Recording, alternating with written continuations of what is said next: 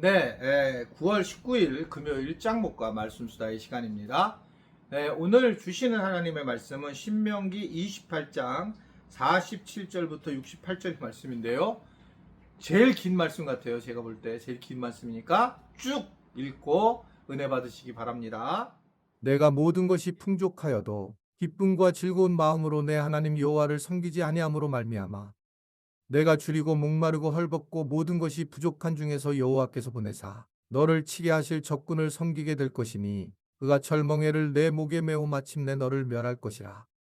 곧 여호와께서 멀리 땅끝에서 한 민족을 독수리가 날아오는 것 같이 너를 치러 오게 하시리니 이는 내가 그 언어를 알지 못하는 민족이요 그 용모가 흉악한 민족이라. 노인을 보살피지 아니하며 유아를 불쌍히 여기지 아니하며 내 가축의 새끼와 내 토지의 소산을 먹어 마침내 너를 멸망시키며 또 곡식이나 포도주나 기름이나 소의 새끼나 양의 새끼를 너를 위하여 남기지 아니하고 마침내 너를 멸절시키리라.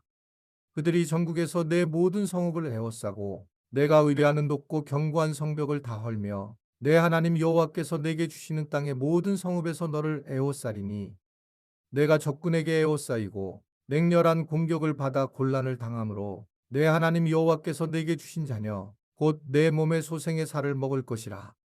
너희 중에 온유하고 연약한 남자까지도 그의 형제와 그의 품의 아내와 그의 남은 자녀를 미운 눈으로 바라보며 자기가 먹는 그 자녀의 살을 그중 누구에게든지 주지 아니하리니 이는 내 적군이 내 모든 성읍을 에워싸고 맹렬히 너를 쳐서 곤란하게 하므로 아무것도 그에게 남음이 없는 까닭일 것이며 또 너희 중에 온유하고 연약한 분여 곧 온유하고 연약하여 자기 발바닥으로 땅을 밟아보지도 아니하던 자라도 자기 품의 남편과 자기 자녀를 미운 눈으로 바라보며 자기 다리 사이에서 나온 태와 자기가 낳은 어린 자식을 남몰래 먹으리니 이는 내 적군이 내 생명을 에워싸고 맹렬히 쳐서 곤란하게 하므로 아무것도 얻지 못함이리라.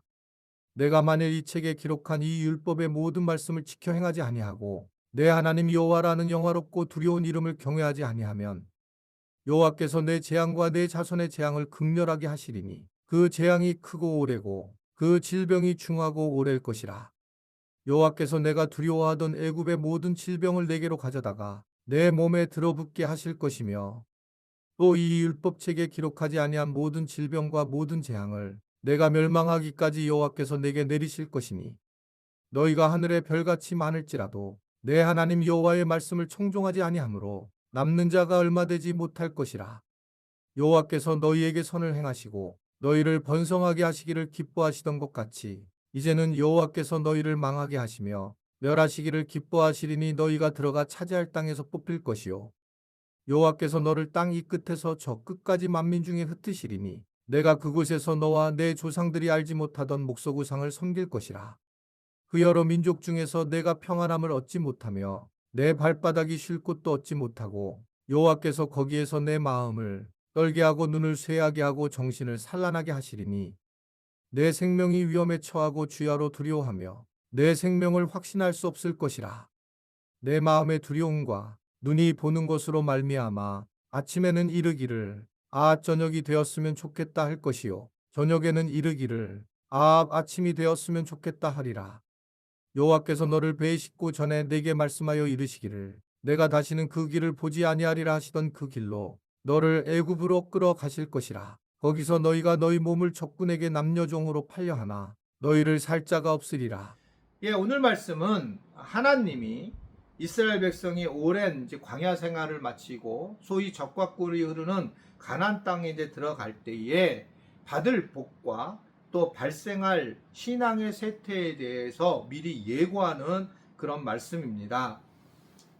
논리는 아주 간단해요. 오늘 말씀의 논리는 가나안 땅이 굉장히 좋은 곳이고 그것을 잘 누리면 되는데 그 누림에 빠지게 되다가 결국 하나님을 잊어버릴까봐 걱정하시는 내용이라는 겁니다.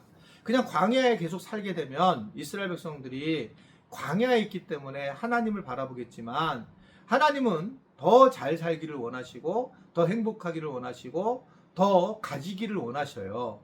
그렇기 때문에 그렇게 했을 때에 그것을 알아차리고 도리어 아주 하나님 앞에 더 집중하면서 복음의 삶을 살아가야 되는데 그렇지 않으면 이 풍족한 환경이 오히려 더 어려운 삶이 될 거라고 하는 것을 길게 경고하고 있는 그런 내용입니다. 아주 공감이 되는 부분이에요. 그러니까 이제 바울은 은혜가 더한 것에 죄가 넘쳤다, 이런 표현을 하죠. 저도 이제 목회를 해보면서 느낀 것은 언제가 제일 위험하냐면 바로 이때 9월달 들어갈 때인데, 9월달인데, 그러니까 8월달까지는 교회 학교가 여름 수련회를 잘 달려옵니다. 은혜가 넘치는 거예요.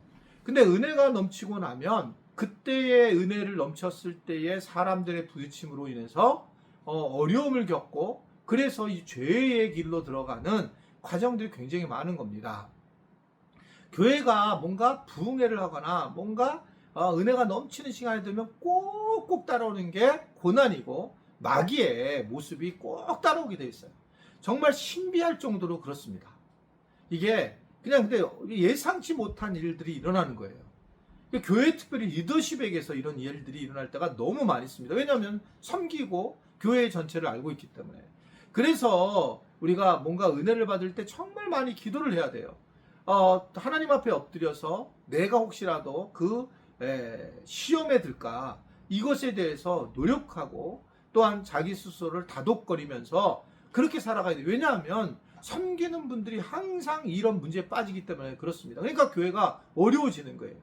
그러니까 섬기지 않고 봉사하지 않은 분들은 뭐 빠질 게 없어요. 왜 빠질 게 뭐가 있겠어요, 그냥. 근데 이제 섬겼던 분들은 그 뒤에 이제 섬기고 나서 지치니까 말도 했을 거고, 이런 것들이 이제 퍼져나가기 시작하고, 또 다른 사람들도 그런 것들로 인해서 상처를 받기도 하고, 이러해서 관계가 어려워지는 경우가 굉장히 많이 있습니다. 기억하셔야 될 거는 하여튼간 개인도 그렇고 교회도 그렇고 뭔가 잘 되면 그 다음에 문제가 되는 거예요. 개인들도 여러분 잘 생각하면 마찬가지입니다. 내가 이제 뭔가 이런 돈이 좀 생겨서 이걸 내가 잘해야 되지 하게 되면 그 뒤에 어려움이 꼭 오게 되어 있어요. 그래서 이러한 것들을 잘 알고 우리가 살아가야 되는데, 문제는 이 가나안 땅에 가서 잘 됐을 때에, 그럴 때에 믿음을 잃어버리는 상황으로 가는 경우가 굉장히 많이 있습니다. 그러니까 깨어있으라고 예수님이 말씀하신 이유는, 깨어있는 건 내가 깨어있어야 된다. 내가 이 부분에 정신 차리고 있지 않으면 그렇게 되면 우리는 졸 수밖에 없는, 그래서 어느 날 그 끌려 들어갈 수밖에 없는 거라고 하는 거죠. 제가 잘 쓰는 예화가 이제 그 소뚜껑에 개구리를 이제 삶아 먹기. 그러니까 소뚜껑에 따뜻할 때 개구리를 이렇게 올려놓으면 개구리가 가만히 있는다는 거죠. 살짝 불이 떼면 거기에 쫙 이제 뜨뜻해지니까 자기의 엉덩이부터 녹는 것도 모르고 뛰지를 못한다는 거죠. 녹아버린다는 거예요. 근데 물론 그냥 뜨거운 곳에 탁 집어넣고 막 난리 나는 거죠. 튀고. 그런데 아주 잔잔하게 불을 하면 자기 몸이 녹는 것도 모른다는 거예요. 저는 죄를 생각할 때마다 그 부분이라고 생각해요. 죄 안에 들어가면 너무 좋아요. 따뜻하게 좋은데, 졸다가 좀 더 졸자 이럴 때 궁핍한 날이 온다는 거예요. 죽는 날이 온다는 거예요. 여러분 봉사하고 섬기지 않으면 좋죠. 뭐 이런 부딪힘도 없고. 근데 어느 날 이렇게 죽는 거예요. 점점 영혼이 죽는 걸 모르는 거예요. 눈이 풀려서 영혼이 죽어요. 영혼이 죽습니다. 그러면서 내가 편하게 됐을 때에 그 영혼이 죽으면서 결국은 이게 이러한 상황이 되면서 어떻든 간에 하나님과 멀어지고 신앙을 잃게 되는 모습으로 살 때가 굉장히 많이 있는 것을 볼 수가 있습니다. 결국 이러한 부분들을 우리가 알아야 될 것은 하나님께서 이러한 경고의 말씀을 하게 됐는데, 이 경고의 말씀이 나중에 보면 다 실현되고 다 그대로 나타나게 되는 걸 볼 수가 있습니다. 그러자 이제 하나님은 이러한 부분에서 바벨론이라든지 아시리아에게 이스라엘 백성의 땅을 넘기게 되고 빼앗기게 되면서 이들이 다시 이제 울부짖으면서 하나님을 찾는 장면으로 계속 가는 모습을 보잖아요.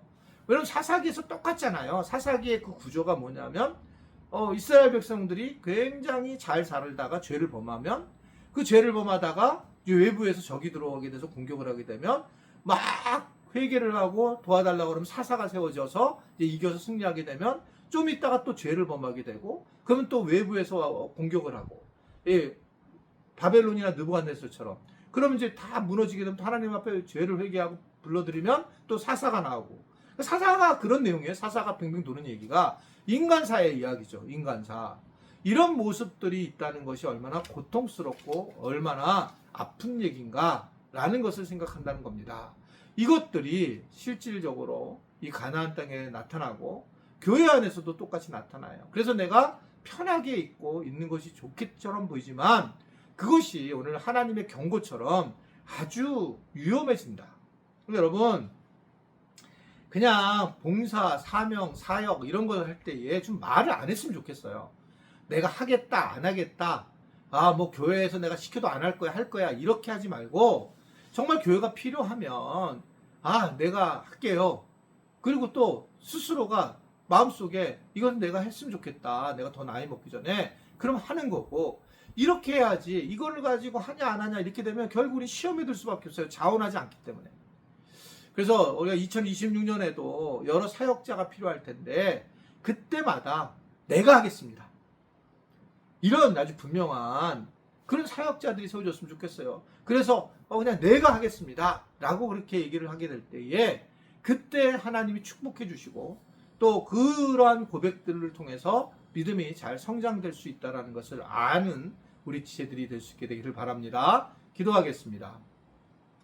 하나님, 오늘 말씀을 듣고 우리가 여러 가지 잘된 때에 조심해야 된다는 걸 알고 늘 깨어서 기도하고 늘 깨어서 자기를 스스로 복종시킬 수 있는 그러한 우리가 입술을 주관하시는 하나님을 믿는 우리 모두가 되게 하시고, 섬겼던 분들은 말을 조심하고, 그리고 또 내년에 우리가 새해 사역하는 데 있어서도 최선을 다해서 준비하며 또 우리가 결단하는 은혜들이 있도록 도와 주옵소서.